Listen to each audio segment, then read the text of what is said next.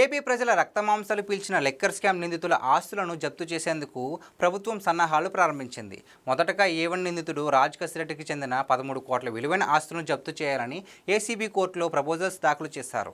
ఇందులో 10 కోట్ల వరకు వివిధ రకాల ఆస్తులు, మరో 3 కోట్ల రూపాయలు బ్యాంకులో ఉన్న నగదు, ఇవన్నీ లిక్కర్ స్కామ్లో భాగంగా వచ్చిన డబ్బులతో కొన్న ఆస్తులు, నగదు.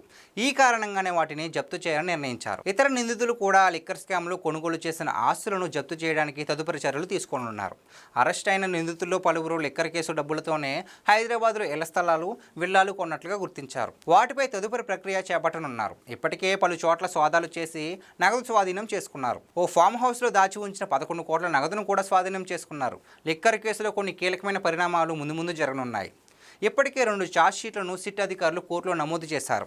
అసలు ప్రధాన సూత్రధారి, ఆయనకు అందిన డబ్బులు, బంగారం గురించి బయటకు తీయాల్సి ఉంది. వాటిపై సిట్ అధికారులు పక్కా సమాచారంతో ఉన్నారని, సరైన సమయంలో ఇవన్నీ బయటపెట్టి ప్రధాన లబ్ధిదారుల్ని అరెస్ట్ చేసే అవకాశాలు ఉన్నాయని అంచనా వేస్తున్నారు.